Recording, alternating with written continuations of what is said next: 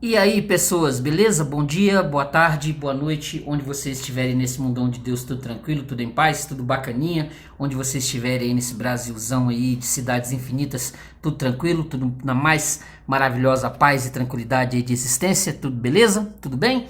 Seguinte, eu sou o Paulo do canal Paulo da Arma 1970, tá aqui o meu Instagram, @Paulo da Arma 1970, agradecendo a você por estar aí mais uma vez, né, assistindo este vídeo ou outros vídeos do canal Paulo da Arma 1970, consumindo, né, pegando os nossos conteúdos. Muito obrigado mesmo, tenho a agradecer a você e agradecer também a Deus e ao nosso Senhor e Salvador Jesus Cristo, que sem Deus nós não somos rigorosamente nada, nós somos falíveis, nós somos seres frágeis, nós somos seres pecadores, nós passamos, né, nós aparecemos aqui nesse planeta e daqui a pouco, ó, estamos indo embora disso aqui. Só Deus sabe, né, onde nós vamos parar, de um jeito ou de outro nós vamos parar, beleza? Então, ó, curta o vídeo, se inscreva no canal, comente, você que está aí sempre assistindo os vídeos aí, você que já está inscrito no canal, muito obrigado. Você que não é inscrito no canal, se inscreve aí, beleza? Ó, se inscreve aí, aperta o seu dedinho aí e se inscreva no canal Paulo da Arma 1970. Toda semana nós temos um vídeo aqui de um livro ou de um filme, de alguma coisa desse nível, beleza? Tranquilo?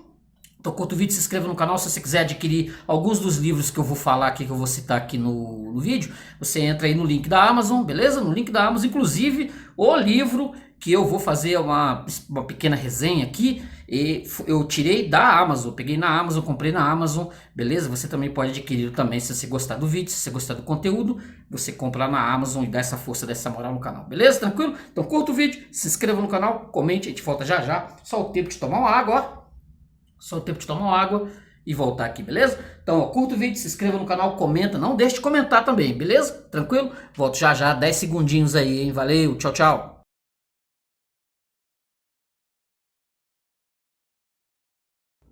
Eu não falei? Foi o tempo de tomar água, ir na geladeira, beber uma água e voltar, tranquilaço. Seguinte, estava eu tranquilo nas minhas leituras e topei com um material realmente extraordinário. Caiu na minha mão assim de paraquedas. Eu acredito que foi Deus, beleza? Foi Deus. Assim, este pequeno livro aqui de 76 páginas, Os Últimos Dias de Immanuel Kant, do Thomas de Quincey. Este livro que está aqui no meu PDF, este livro aqui, que vai falar exatamente, não os últimos dias, né, mas posso dizer assim, os últimos meses do grande filósofo prussiano, provavelmente um dos maiores filósofos alemães de todos os tempos, né, superior aí a Nietzsche e a tantos outros aí que a Alemanha a Alemanha, a Prússia, né, a antiga Prússia, construiu ao longo de séculos, né, ao longo de séculos. O Kant praticamente assim, ele está num patamar assim, de superioridade, influências pesadíssimas. O homem escreveu Crítica da Razão Pura, gente. Isso aqui, ó. Este tratado aqui, que um dia, se eu tiver capacidade, se Deus me der capacidade, um dia eu faço uma resenha. Mas só de citar aqui o Crítica da Razão Pura do Kant no canal Paulo da Arma 1970 já é um negócio assim. Nunca achei possível um negócio desse naipe. Mas, como eu disse, Deus nos coloca em cada uma, Deus nos vai lá e faz. Deus diz assim pra gente, faz, vai lá e faz, e você faz. Você tem que fazer. Deus falou, tá falado, beleza? Aqui, ó, Crítica da Razão Pura, a Religião dos Limites da Simples Razão, Kant também, ó. São três livros que o Kant escreveu que praticamente mudaram a história da filosofia para sempre. Ó. Crítica da Razão Prática, vendo? Esses três, fora os trabalhos de geologia, de matemática, o homem era uma mente extraordinária, uma mente absurda, um negócio inacreditável. Ele veio para dizer que a filosofia, né, a própria razão pura, não explicava a religião, né? A razão pura em si, ela por si, a razão cartesiana, para dizer assim, não explicava propriamente a religião, e aí ele vai dar os contornos, né? Se eu tô dizendo besteira aqui, por favor, me corrijam aí nos comentários, tranquilo? Ele vai trazer vai fazer uma crítica pesada à ideia de que a razão cartesiana não podia explicar a religião, principalmente a religião cristã ocidental. E aí ele vai compor um livro aqui, caramba, de 600 páginas, que são assim o baluarte do que acabou se transformando acabou transformando, né, a própria ideia da ciência, que foi dar no positivismo, foi dar no Hegel, foi dar no Karl Marx, etc, etc, etc. O Kant ele vai construir esse negócio, essa coisa aqui enorme, que essa potestade, esse monumento, né, a melhor palavra para se dizer. Em 1790, o homem era uma mente europeia, né, alemã, que os alemães, eles filosofam, pelo menos era assim, né, filosofavam até dormindo. Então o Emmanuel Kant vai construir esse crítica da razão pura aqui, beleza? E o Thomas de Quincey era um escritor inglês, que ele compôs, além os últimos dias de Emmanuel Kant, ele compôs dois textos que são reverenciados pra caramba, inclusive pelo Jorge Luiz Borges. O nosso escritor argentino, que disse que não podia viver sem o Thomas de Quincey. Thomas de Quincey era a base existencial dele como escritor, labiríntico.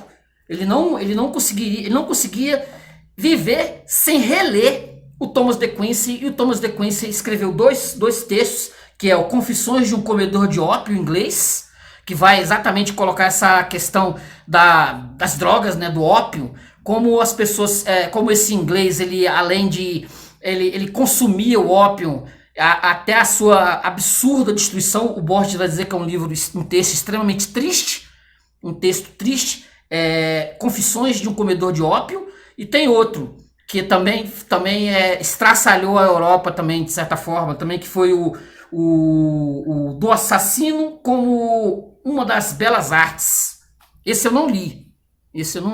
O Confissões do Comedor de Ópio eu li há muito tempo atrás, mas esse do assassino como uma das belas artes eu não li, ainda não tive esse acesso. Não peguei ainda, mas futuramente, quem sabe. E caiu na minha mão esses últimos dias do Emmanuel Kant, que nós vamos ter um texto onde esse ser, né, extraordinário, esse homem brilhante, com a mente acima da média, ele vai envelhecer e vai definhar e vai morrer, básico, entendeu? O que o Thomas de Quincey fez? Ele pega três biografias de três indivíduos que estiveram próximos ao Emmanuel Kant. Esses indivíduos acompanharam, né? Ele vai fazer uma mescla desses três indivíduos, que é o Asiansky, tem o Borovich e o Jackman. São esses três caras que ele vai pegar, ele vai fazer uma mescla dessa biografia, contando a biografia, que eles escreveram, a biografia do Kant. Ele vai pegar esse material, vai traduzir para o inglês, ele vai fazer um resumão, né, como dizer assim, uma resenha, um resumão desses três indivíduos. Vai pegar esses indivíduos que estiveram próximos ao Kant. O Thomas de Quincey detestava o Kant. Ele disse que o Kant destruiu as letras, destruiu a filosofia. Ele tinha um horror ao Emmanuel Kant, ao Crítica da Razão Pura. Ele não gostava. Ele dizia que isso aqui era falso. Mas ele pegou esses três materiais, traduziu para o inglês. E o que o Borges elogiou pra caramba? Ele simplesmente elogiou a escrita do Thomas de Quincey, porque o Thomas de Quincey ele não só traduzia, ele não pegava assim o texto e fazia uma tradução, ele criava, a partir da tradução, ele retrabalhou esses três textos, fez uma mescla, né? Amalgamou os três textos e saiu clássico. Ele vai pegar aquela escrita, conforme ele dizia, né, aquela escrita alemã dura, aquela escrita alemã pesada, e inventou, vamos dizer assim, né? Ele inventou entre aspas, né? Inventou os últimos dias do Kant, do modus operandi dele, entendeu? E aí saiu uma maravilha literária. Que eu tava pensando, né? Eu tava lendo e tava pensando, tem dois textos que eu li, um texto que eu li no passado, que também conta sobre literariamente falando, né? Não é uma biografia, mas é um romance, que é do Hermann Broch, que é A Morte de Virgílio. Vou deixar até a capa aqui, se tiver interesse de procurar, que vai contar exatamente no ano de 27 a.C., né? Vai contar os últimos dias do poeta Virgílio, laureado Virgílio, como o Virgílio vai passar os últimos 10 ou 12 dias, se eu não estou enganado, até morrer. E aí ele vai fazer uma mescla dos poemas, da Eneida, das geórgicas, daqueles últimos momentos do Virgílio antes de morrer, a mente do Virgílio, né? A mente do Virgílio, como ela vai se operar, vai estar operando nesses momentos em que ele está deixando de existir, né? Ele vai morrer. Então, nesses últimos 10, 12 dias, você vai acompanhar dia a dia esse fim do Virgílio. Os últimos dias de Immanuel Kant é exatamente isso, embora aqui se passe alguns meses. Aqui tem alguns meses. Deixa eu pegar aqui um trechinho aqui do próprio Borges, né, falando. Deixa eu pegar aqui, ó. Ele vai aqui na introdução do texto, ó, eles colocam aqui, ó. Os relatos dos últimos dias de Kant, na versão de De Quincey, tornou-se conhecido entre nós, sobretudo através de Jorge Luiz Borges, que tinha grande estima por De Quincey, em particular pelo memorial sobre Kant, que incluiu em sua biblioteca pessoal, aí nas palavras do Borges aqui, ó. Thomas De Quincey é essencial para mim. Li e reli As Confissões de um Comedor de Ópio inglês, um dos textos mais tristes do mundo. Em Os Últimos Dias de Immanuel Kant, vemos um homem de grande inteligência, um homem de gênio, desmanchando-se aos poucos diante dos olhos do leitor. Penso que seja um dos melhores textos de De Quincey. Borges não via nenhum problema no método da tradução enriquecida empregado por De Quincey. Muito pelo contrário. Nessa mesma entrevista, referindo-se a uma outra tradução do alemão feita por De Quincey, Borges comenta: percebo que De Quincey enriquece o tema o tempo todo, porque ele afirmava que o de que menos gostava nos autores alemães era que eles raramente utilizavam exemplos. Quer dizer, eles simplesmente dão a você um enunciado abstrato e o exemplo fica por sua conta. Mas ele trabalhava com exemplos e uma prosa árida como a de Lessing se transformava na maravilhosa prosa de De Quincey. O que nós temos aqui, né? Nós temos um homem, um ser humano, né? Um ser humano insensado. Nós temos um ser humano insensado. Nós temos Immanuel Kant, o filósofo, né, alemão, na cidade lá, né, ele está lá na cidadezinha dele, para lá e para cá. A universidade de lá, ele é o gênio, né? Ele é o gênio. Ele é insensado. Ele prussiano, escrevendo lá os textos dele, lecionando lá, conhecido como professor, lecionando lá na sua universidade, entendeu? Königsberg, né? Em Königsberg, esse homem, né? Um homem, segundo a própria narrativa, né? A própria narrativa do De Quincey e tirada dos outros, esse homem não era um homem assim. Ele tinha consciência da sua grandeza lá, tal, mas ele era um homem, de certa forma, ficava lá com as pessoas, conversava com as pessoas, ia para as festas.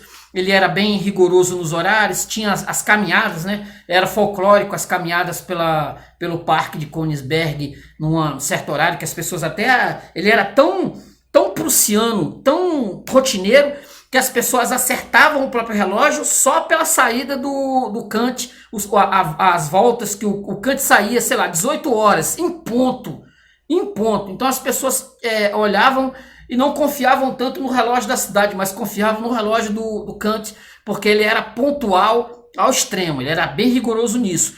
E ele escrevia, ele professava, foi lá, colocou Crítica da Razão Pura dele, e ele foi vivendo a vidinha dele lá como professor, ganhando seu dinheiro, tal, insensado pela cidade, como eu falei, e a velhice vai chegando, né? O momento da velhice vai chegando, ele vai sentindo que aquela idade dele, né, ele já estava próximo dos seus 80 anos de idade, ele sentia que o interior dele já estava meio, a velhice já estava, ele vai ficando cego de um olho, depois do outro, ele não consegue mais fazer as caminhadas que ele fazia sempre, ele começa a sentir, ele não era segundo a própria biografia, diz que ele não era um homem de ficar muito, nunca foi um homem de muita doença, de ficar adoentado, mas de uma hora para outra ele começa a sentir que a velhice está chegando, a velhice já chegou, né, já está instalada, e aquilo vai acontecendo com ele as falhas naturais da velhice. A memória dele já não é mais a mesma. Ele já não, muitas coisas já se esquece, está esquecendo de nomes. Ele já não tem mais o brilho, né? Ele é um ser pensante, mortal e frágil, assim como todos, né? Você vai pegar a própria história do Nietzsche, né? O final do Nietzsche, aquela mente borbulhante, extraordinária. Olha a conclusão. Você vai ver as biografias, nas histórias sobre o Nietzsche, vai ver o final do homem. É assim, não vou dizer que o Kant fosse um homem orgulhoso, tomado de orgulho, mas nós somos seres mortais, nós somos seres frágeis, nós somos seres que um momento, se você não sofreu um acidente, se você não acontecer nada, uma doença grave que venha te pegar, uma hora a velhice chega e toda aquela pujança que você tinha jovem, né? Aquilo vai se perdendo. Aí ele começa a ser, ele é um homem que ele tem, né? Ele tem os amanuenses, que são as pessoas que cuidam dele. Tem um criado pessoal, um lamp, que é um sujeito, né? Que rouba ele, né, cata um dinheiro dele, guarda o dinheiro dele. Aí o próprio Achinski, né? Esse sujeito que está com ele 24 horas por dia, quase isso, né? 24 horas por dia, além da irmã, percebe que já tá bem velho também, esse tal de Lamp, pede pro Kant mandá-lo embora, né? Porque eles precisam de um cuidador mais jovem, né? Que esse Lamp já é um sujeito já velho, e além da velhice, né? A velhice traz também a rabugice. Esse Lamp vive em disputa com a cozinheira, vive os dois quebrando pau, e a casa precisa de paz, porque um senhor idoso, doente, né? O Kant tá lá doente. Aí o Kant pensa 20 vezes antes de mandar o cara embora. Ah, não sabe mandar embora. Ainda coloca ele no testamento, o Lamp tá há 40 anos com ele.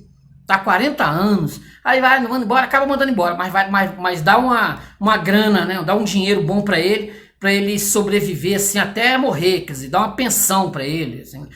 O Kant, ele era conhecido como um homem que gostava de ajudar as pessoas, ajudava as pessoas mesmo. E tudo que ele fez na vida, tudo que ele construiu na vida, né, a riqueza que ele tinha, além dos livros, né, ele construiu por conta do seu trabalho, por conta da inteligência dele, por conta dos escritos que rodaram a Europa, fizeram história naquela época da Revolução Francesa. Nós estamos bem em 1790, o Kant vai morrer em 1804, em fevereiro de 1804. Mas esses percalços que vão sendo construídos, né, a história justamente vai ser construída dentro desse processo de decadência do grande filósofo alemão prussiano. Isso vai ser narrado aqui página a página. Deixa eu pegar uma partezinha aqui, ó, da página 27, ó. Olha só. Aqui, ó. Frequentemente ele utilizava para falar de si próprio a figura de um ginasta que havia continuado por quase 4 vintenas a manter seu equilíbrio sobre a tensa corda da vida sem cair uma única vez para a esquerda ou para a direita. E certamente, a despeito de todas as doenças a que tinha estado sujeito, em virtude das tendências de sua constituição, ele conservava sua posição na vida de maneira triunfante. Essa cuidadosa preocupação com a saúde explica o grande interesse que lhe despertavam todas as novas descobertas em medicina ou as novas maneiras de teorizar sobre as antigas. Como um trabalho de grande pretensão em ambas as categorias, ele tinha na mais alta conta as teorias do médico escocês John Brown, 1735-1788, ou, como é geralmente designada, com base no nome latino de seu autor, a teoria bruniana. Mal Weikart tinha adotado e popularizado na Alemanha, e Kant já estava familiarizado com seus detalhes. Ele pensava que ela representava um grande avanço, não apenas para a medicina, mas também para os interesses mais gerais do homem, e gostava de ver nessa teoria algo análogo ao curso que a natureza humana tinha tomado em indagações ainda mais importantes, a saber, sobretudo, uma ascensão contínua em direção ao crescentemente complexo e elaborado, e depois o caminho de volta sobre os próprios passos em direção ao simples e elementar. Aí vai continuar aqui, né? Falando dos ensaios do Dr. Bedóes, sobre a consumação pulmonar, sobre a febre, bem como os métodos de Reich para o tratamento de febres, por aí vai. Ele era aficionado por esses estudos também de medicina, o Kant também. Além de tudo, ele ainda era aficionado pela medicina. Deixa eu ver mais uma passagem aqui, ó. Deixa eu ver aqui. Um terceiro sinal do estado de deterioração de suas faculdades. Ele perdera qualquer estimativa precisa do tempo. Um único minuto, na verdade, sem exagero, um espaço de tempo muito menor ampliava-se no quadro de sua apreciação das coisas, até atingir uma duração insuportável. Posso dar disso um outro exemplo bastante interessante que se repetia com frequência. No início do último ano de sua vida, ele adquiriu o costume de tomar imediatamente após o almoço uma xícara de café, especialmente naqueles dias em que eu fazia parte do grupo de convidados. E tal era a importância que ele atribuía a esse pequeno prazer, que chegava ao extremo de redigir antecipadamente uma nota no livro em branco que eu lhe dera, lembrando de que no dia seguinte eu almoçaria com ele e, consequentemente, deveria haver café à disposição. Ocorria às vezes que o interesse da conversação fazia com que ele deixasse passar o momento em que lhe vinha a vontade de tomá-lo. E isso não era algo que eu lamentasse, pois eu temia que o café, ao qual ele nunca se habituara, pudesse perturbar seu repouso durante a noite. Mas se isso não acontecesse, iniciava-se então uma cena um tanto curiosa. O café devia ser trazido na hora, uma expressão que ele tinha constantemente nos lábios durante seus últimos dias. Em seguida, na hora, em seguida. E as expressões de sua impaciência, embora por causa do velho hábito ainda gentis, eram tão enérgicas e tinham tanto de uma naivete infantil que nenhum de nós podia deixar de sorrir. Sabendo o que aconteceria, eu providenciava para que tudo estivesse preparado com antecedência. O café estava moído, a água estava fervendo, e no exato momento em que a ordem era dada, seu criado disparava como uma flecha e imergia o café na água. Tudo o que restava, pois, era esperar o tempo da fervura, mas essa espera mínima era insuportável para Kant. Nós o cobríamos com todo tipo de consolo. Por mais que variássemos a fórmula, ele sempre tinha uma resposta pronta. Se um de nós dissesse: "Caro professor, o café vai ser servido em seguida", ele diria: "Vai ser, mas há um senão, é que apenas vai ser. O homem nunca é, mas sempre vai ser feliz." Se um outro exclamasse: "O café chegará imediatamente", "Sim", retorquiria ele, "assim como a próxima hora. Aliás, é mais ou menos o mesmo espaço de tempo que eu terei esperando por ele." Então ele se recompunha com um ar estoico e dizia: "Bem, afinal, está-se sujeito a morrer, não passa disso. E no outro mundo, graças a Deus, não se toma café e, consequentemente, não se tem que esperar por ele." Às vezes ele se levantava da cadeira, abria a porta e exclamava com um débil queixume, como se estivesse apelando aos últimos restos de humanidade de seus semelhantes: "Café, café." E quando finalmente ouviu os passos do criado nas escadas, voltava-se para nós e tão alegremente quanto o lendário marinheiro do alto do mastro, ele gritava: "Terra, terra à vista, caros amigos!" Ai, ai. Aqui, ó. Esse declínio geral das suas capacidades, quer ativas, quer passivas, produziu uma gradual revolução em seus hábitos de vida. Até então, como já mencionei, recolhia-se ao leito às 10 horas e levantava-se um pouco antes das 5. Ele ainda seguia a última dessas práticas, mas não a primeira. Quer dizer, ele vai mudando as estruturas de existência dele. Ele era um homem rotineiro. Ele era um homem extremamente rotineiro, mas a própria condição, né, de velhice já, de decadência física, vai fazer com que muitas coisas ele vá modificando até os últimos momentos, né, até o último momento de existência. Olha aqui, ó. Muitas pessoas insistem que Kant tinha o hábito de comer em demasia, o que seria pouco saudável. Não posso, entretanto, concordar com essa opinião, pois ele comia apenas uma vez ao dia e nunca tomava cerveja. Dessa bebida, fala especificamente da cerveja preta e forte, ele era na verdade o mais determinado inimigo. Se ocorresse de um homem morrer prematuramente, Kant dizia: "Aposto que estava tomando cerveja." Ou se um outro estivesse indisposto, era certo que ele perguntaria: "Mas ele toma cerveja?" E seu prognóstico para o paciente variava de acordo com a resposta. Em suma, ele invariavelmente sustentava que a cerveja forte era um lento veneno. Voltaire, aliás, dissera a um jovem médico que colocara o café nessa mesma categoria. Nisso você está certo, Voltaire falando. Meu amigo, é mesmo lento, e terrivelmente lento, pois tomo café quase há 70 anos e ele ainda não me matou. Mas essa era uma resposta que no caso da cerveja, Kant não admitiria. Deixa eu ver mais aqui, ó. E aí ele vai definhando, né? Vai a mente, o corpo, ele vai emagrecendo porque ele vai comer cada vez menos até chegar ao ponto de não comer mais nada. Então ele vai emagrecendo, vai definhando, vai virando uma carcaça esquelética, entendeu? Ele se agarra à existência, vai vivendo aquilo ali até não ter mais nada, entendeu? Totalmente cego, praticamente surdo, com todo o organismo assim nos seus últimos momentos. Quer dizer, o homem que da mente absoluta, total, um homem assim insensado pela Europa inteira, mortal no seu mínimo, né? Mínimo e muitas vezes máximo também. Deixa eu ver mais uma passagemzinha aqui. Quero pegar o final aqui, ó. Vamos aqui. O finalzinho aqui, ó. Vai contar exatamente. Ó, às 3h15 da manhã de domingo, dia 12 de fevereiro de 1804, Kant endireitou-se como se estivesse assumindo uma posição para o seu ato final e se fixou na postura exata que conservou até o momento da morte. A pulsação nas mãos, nos pés ou no pescoço não era mais perceptível ao toque. Tentei encontrá-la em todos os lugares em que normalmente a sentimos, mas em vão, exceto na virilha esquerda, em que continuava a bater com força, mas irregularmente. Aproximadamente às 10 horas da manhã, ele passou por uma notável transformação. Seus olhos estavam rígidos e seu rosto e seus lábios tornaram-se descoloridos, revelando uma palidez cadavérica.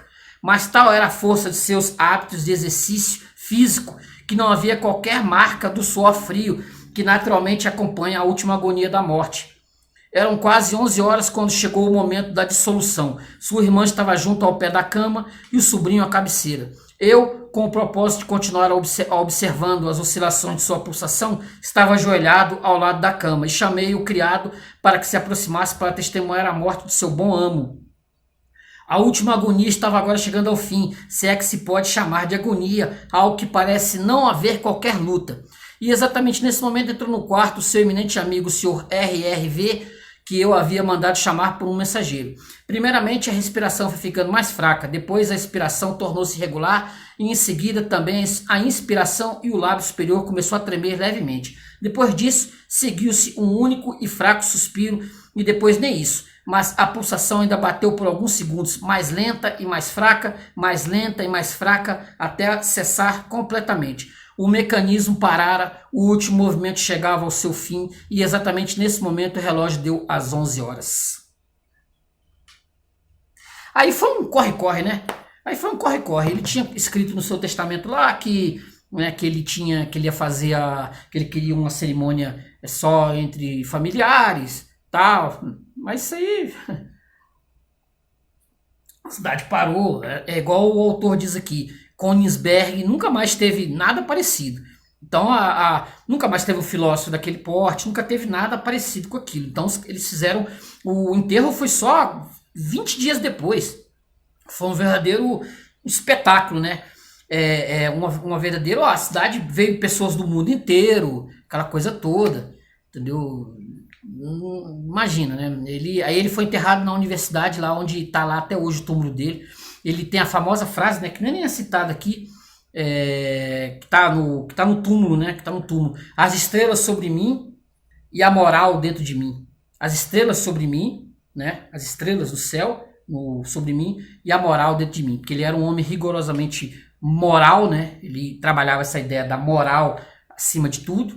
Ele tinha Então ele viveu e morreu dentro desses postulados, né? Uma existência alemã, uma existência prussiana, uma existência ferozmente arraigada no plano moral, no plano da filosofia, no plano da própria crítica, né, da razão pura, que é esse aqui, ó. Tranquilo? Então este foi um pouquinho, né? Espero que você pegue o texto, porque é muito bom de ler. É um texto muito interessante, você lê rápido, né? Você vai pegar Os Últimos Dias de Immanuel Kant, do Thomas de Quincey. Tem aí na Amazon, tranquilo, você pode adquirir. Tá aqui, deixa eu só pegar aqui o nome do editor e do tradutor, que exatamente nós temos aqui, né, para você poder ter ter o material, né, na mão. E você também pode ir atrás também dos outros textos do Thomas de Quincey, que vale muito a pena. Esse Confissões do Comedor de Ópio em inglês. Eu estou falando, quer dizer, o Borges, né? O Borges, ele carimbou. Esse aqui é um carimbo do Jorge Luiz Borges. Então, meu filho, vá atrás. É da editora Autêntica Mineira, né? Mimo, da editora Autêntica. Aqui, tranquilo, PDF. Você pode também adquirir, também, se quiser, também um livro físico também. Deixa eu ver aqui, o nome do tradutor é o Tomás Tadeu. Tomás Tadeu, editora Autêntica. Aqui, ó. Eu fiz só um apanhado geral, porque o texto tem muita coisa, 70 páginas absurdamente riquíssimas. É um material rico, né, de biografia, para dizer, né? É um material de biografia, uma biografia sobre Immanuel Kant, em 70 páginas, quer dizer, vale muito a pena. Se você também quiser conhecer a alma humana, quiser conhecer o espírito do ser humano, o indivíduo na sua essência, aquilo que o ser humano tem, né, de mais orgulhoso, o ser humano orgulhoso, ou nem tanto, vaidoso das suas capacidades intelectuais, do seu intelecto, né, de você ser um homem famoso, conhecido pelas suas capacidades intelectuais, quer dizer, maior do que Immanuel Kant, eu acho que tu não vai ser, mas, tá vendo? E isso aqui também, ele nasceu, cresceu e morreu, definhou até a morte, até o final. Deixa eu só pegar a primeira escrita aqui do Crítica da Razão Pura, que eu não quero deixar passar, né?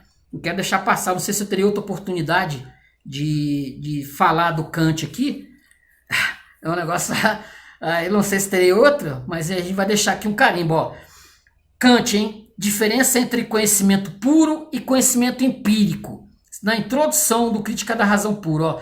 Dúvida não há de que todo o nosso conhecimento principia pela experiência. Sem dúvida, que outro motivo poderia despertar e pôr em ação a nossa capacidade de conhecer, senão as coisas que afetam os sentidos e que, de um lado, por si mesmas, dão origem a representações, e de outro lado movimentam nossa faculdade intelectual e levam-na a compará-las, ligá-las ou separá-las, transformando então a matéria bruta das impressões sensíveis num conhecimento que se denomina experiência. Dessa forma, na ordem do tempo, nenhum conhecimento precede em nós a experiência e é com esta que todo conhecimento se principia. Assim inicia-se o Crítica da Razão Pura, um dos livros alemães mais insensados de todos os tempos.